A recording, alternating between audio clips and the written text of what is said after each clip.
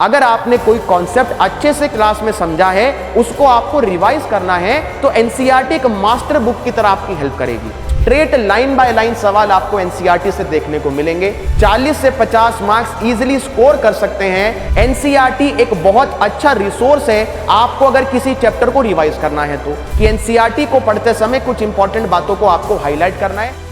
Hello बच्चों, बहुत बहुत स्वागत है आपका मोशन के ऑनलाइन प्लेटफॉर्म पर। आज का सेशन उन बच्चों के लिए बहुत ही ज्यादा इंपॉर्टेंट होने वाला है जो कि अपकमिंग जेईई एग्जाम को टारगेट कर रहे हैं।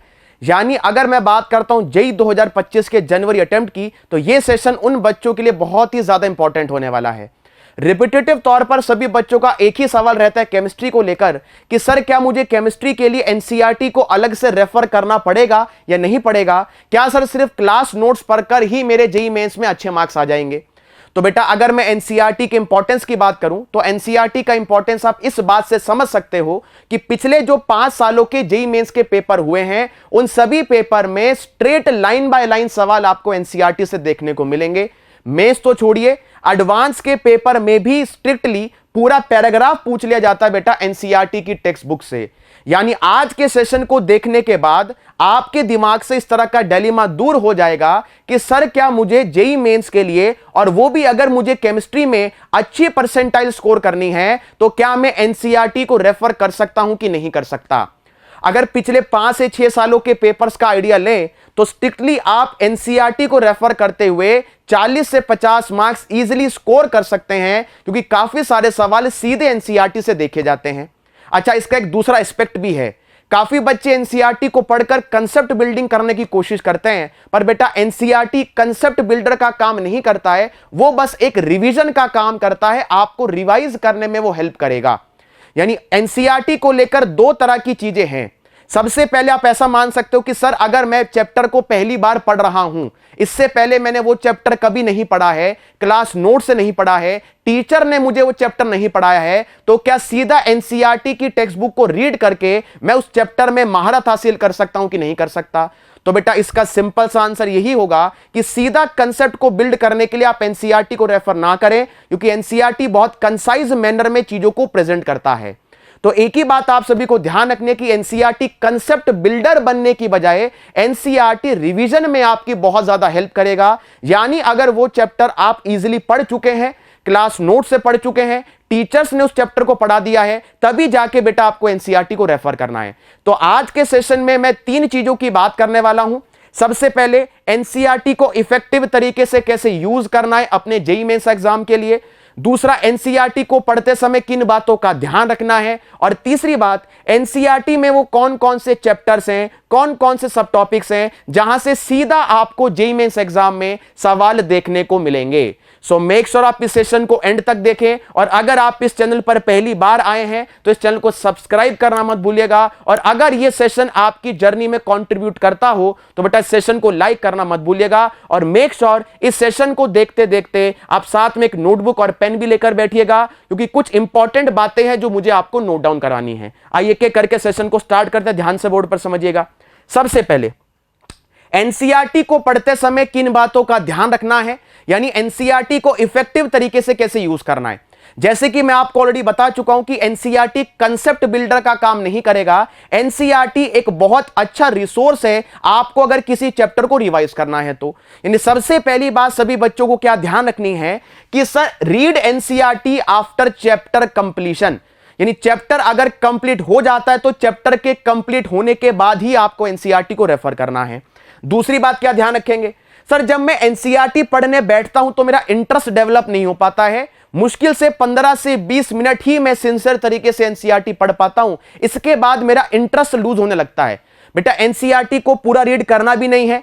स्टार्टिंग का जो इंट्रोडक्टरी पार्ट होता है जिसमें चैप्टर का थोड़ा समराइज किया जाता है, वो पार्ट आप स्किप कर सकते हैं। कुछ की बातें ही आपको एनसीईआरटी के बारे में ध्यान रखनी है। तीसरी बात, सभी बच्चे जब एनसीईआरटी को पढ़ने बैठे तो एक अपने साथ हाइलाइटर रख के चलें, ताकि इंपॉर्टेंट बातों को आप हाईलाइट कर पाएं। अब सर कौन सी वो इंपॉर्टेंट बात है, उस पर मैं अभी आने वाला हूं। अभी के लिए मैं बस इतना बता रहा हूं कि एनसीईआरटी को पढ़ते समय कुछ इंपॉर्टेंट बातों को आपको हाईलाइट करना है। या तो आप पेंसिल की हेल्प से कर सकते हैं या आप हाईलाइटर की हेल्प से कर सकते हैं। इसके अलावा एनसीईआरटी एग्जाम्पलर भी एक इंपॉर्टेंट टेक्स्ट बुक है जिसको आप यूज कर सकते हैं अपनी प्रॉब्लम सॉल्विंग को इंप्रूव करने के लिए, जिससे इजीली आप जेईई मेंस एग्जाम में केमिस्ट्री में बढ़िया स्कोर कर पाएंगे। और last but not the least, physical वाली जो प्रॉपर्टी होती हैं, चाहे वो किसी भी चैप्टर की हो, फिजिकल प्रॉपर्टीज एग्जैक्टली एनसीईआरटी से उठाकर दी जाती हैं, तो उन बातों पर आपको बहुत अच्छे ढंग से ध्यान रखना है। यानी एनसीईआरटी को ब्लाइंडली फॉलो करने से पहले आपको उस चैप्टर का आइडिया होना चाहिए, कॉन्सेप्ट्स का आइडिया होना चाहिए। रिवीजन करने के लिए, लास्ट टाइम रिवाइज करने के लिए आप एनसीईआरटी को रेफर कर सकते हैं।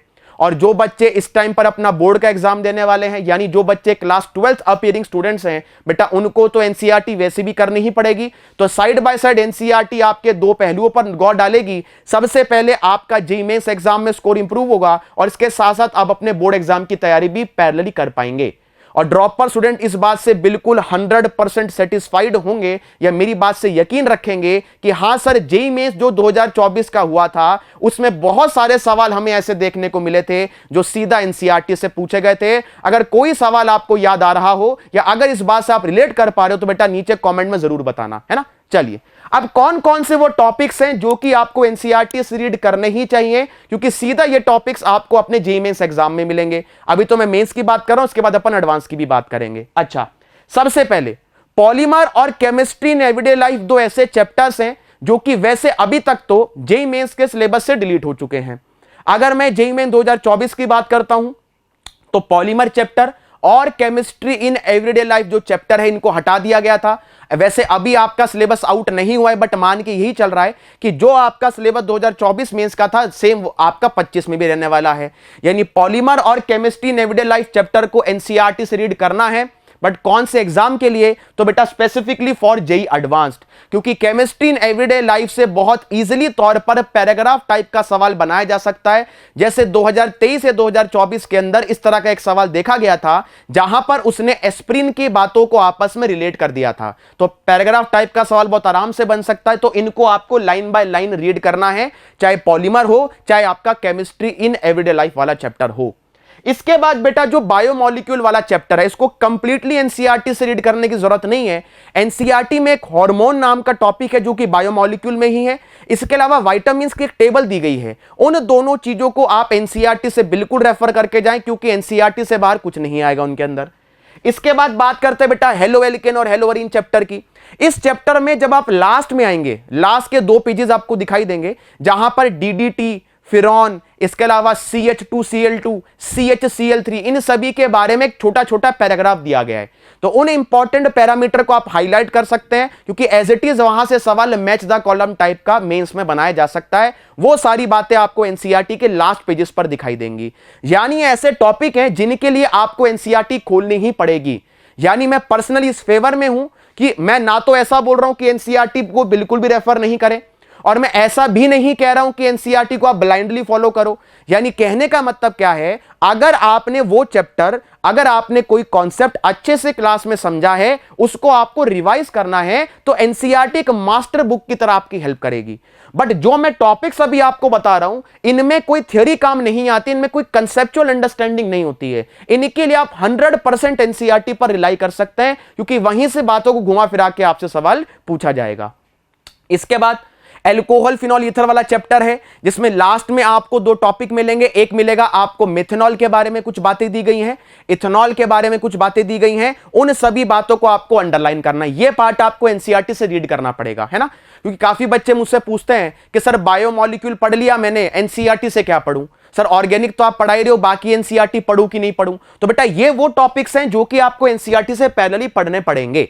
अच्छा, इसके बाद जितनी भी चेन रिएक्शंस होती हैं, जैसे खास तौर पर आपके दिमाग में क्वेरी आती है कि सर जब भी मैं ऑर्गेनिक को लेकर सोचता हूं तो ऑर्गेनिक में मैं हमेशा रीजेंट भूल जाता हूं, या अगर सर मैंने कोई रिएक्शन हेलोएल्केन में पढ़ी है और वो हाइड्रोकार्बन में बाई चांस उसका सवाल पूछ लिया, तो मैं पीछे वाले चैप्टर्स को रिलेट नहीं कर पाता हूं आगे वाले चैप्टर से।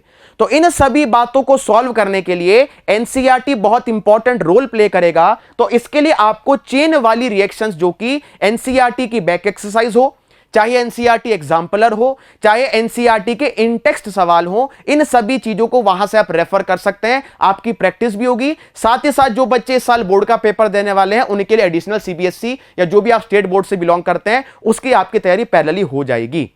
इसके अलावा बेटा एनसीईआरटी का जो भी चैप्टर हो, जिस भी चैप्टर में आपको कोई भी टेबल दिया गया हो, टेबल बहुत सारे चैप्टर्स में दिए जाते हैं, चाहे इनऑर्गेनिक का चैप्टर हो चाहे ऑर्गेनिक का चैप्टर हो, तो वो टेबल से डेटा, और उस डेटा कौन सा डेटा होता है बेटा, वो फिजिकल पैरामीटर्स, वो सभी फिजिकल पैरामीटर्स पूछ ले जाते हैं। जैसे एल्कोहल के बारे में पूछ ले कि alcohol, ether, alkane, aldehyde, carboxylic amine, इनका बॉइलिंग पॉइंट कंपेयर करो। तो सभी चैप्टर में इनिशियल जो पन्ना होता है एनसीईआरटी का, वो उनकी फिजिकल प्रॉपर्टीज का होता है, इसके बाद केमिकल प्रॉपर्टीज का होता है, और लास्ट में होता है important compounds of this chapter.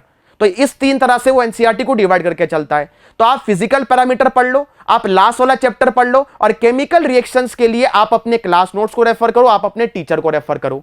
अच्छा, टीचर ने जब वो पार्ट आपको पढ़ा दिया है, उसके बाद आप स्ट्रिक्टली उसको रिवाइज करने के लिए एनसीईआरटी की हेल्प ले सकते हो, है ना। अच्छा, इसके अलावा एक बहुत ही ज्यादा इंपॉर्टेंट अनाउंसमेंट है। सबसे पहले तो इसी चैनल पर आपके लिए मैं जीओसी का कंप्लीट वन शॉट लेकर आने वाला हूं, जो कि पूरा डिटेल्ड फैशन में होगा, यानी डिटेल्ड वन शॉट होगा। उसके अंदर पीवाईक्यूज को भी मैं इंक्लूड करूंगा, और उसके अंदर मोस्ट एक्सपेक्टेड सवाल, पीवाईक्यूज तो हर कोई कराता है, अपन बात करेंगे एफवाईक्यूज की, फ्यूचर ईयर क्वेश्चंस की। यानी आपके जो जेईई मेंस एग्जाम आएगा जनवरी के अंदर, या अगर अप्रैल अटेम्प्ट की बात करें, तो इसके अंदर जो भी आपके रिपीटेटिव तौर पर कॉन्सेप्ट्स आते हैं जीओसी के, उनको हम लोग एक डिटेल्ड वन शॉट में कवर अप करने वाले हैं। वो बहुत जल्द आपको इस चैनल पर मिल जाएगा। अभी तक अगर आपने इस चैनल पर सब्सक्राइब नहीं किया तो बेटा जल्दी से सब्सक्राइब कर लेना, और अगर आपने अभी तक नोटिफिकेशन को ऑन नहीं किया तो बेटा नोटिफिकेशन भी ऑन कर लेना। और मेरी पूरी उम्मीद है कि सेशन की हेल्प से आपको इतनी तो क्लैरिटी आ गई होगी कि एनसीईआरटी को लेकर हमारा ऑब्जेक्टिव क्या होना चाहिए। तो मेन ऑब्जेक्टिव एनसीईआरटी को लेकर आपका रिवीजन होना चाहिए, कंसेप्ट बिल्डिंग बिल्कुल भी नहीं होना चाहिए, और अगर जो टॉपिक आपका प्योरली थ्योरेटिकल है, उनके लिए आप 100% एनसीईआरटी को रेफर कर सकते हैं। सो आई होप कि आपको इस सेशन में कुछ हेल्प मिली होगी, और ये सेशन आपकी जर्नी में बहुत कंट्रीब्यूट करेगा। अगर कोई और सवाल अगर आपके मन में हो एनसीईआरटी को लेकर, तो बेटा नीचे कमेंट सेक्शन में जरूर से बताना, उसका मैं रिप्लाई देने की कोशिश करूंगा। और इसके अलावा अगर आप किसी और टॉपिक पर डिटेल्ड वीडियो चाहते हैं कि सर मेरे को इस बात में डाउट है, या सर इस चीज को कैसे सॉल्व करेंगे, तो जो भी आपके दिमाग में क्वेरी हो उसके रिगार्डिंग आप नीचे बता सकते हैं, नीचे कमेंट सेक्शन में बता सकते हैं। उस पर भी जल्द से जल्द हम लोग वीडियो बनाने की कोशिश करेंगे। तो जल्दी से मिलते हैं अपन नेक्स्ट सेशन में। Till then keep preparing and all the best for a JEE 2025। Motion है तो भरोसा है।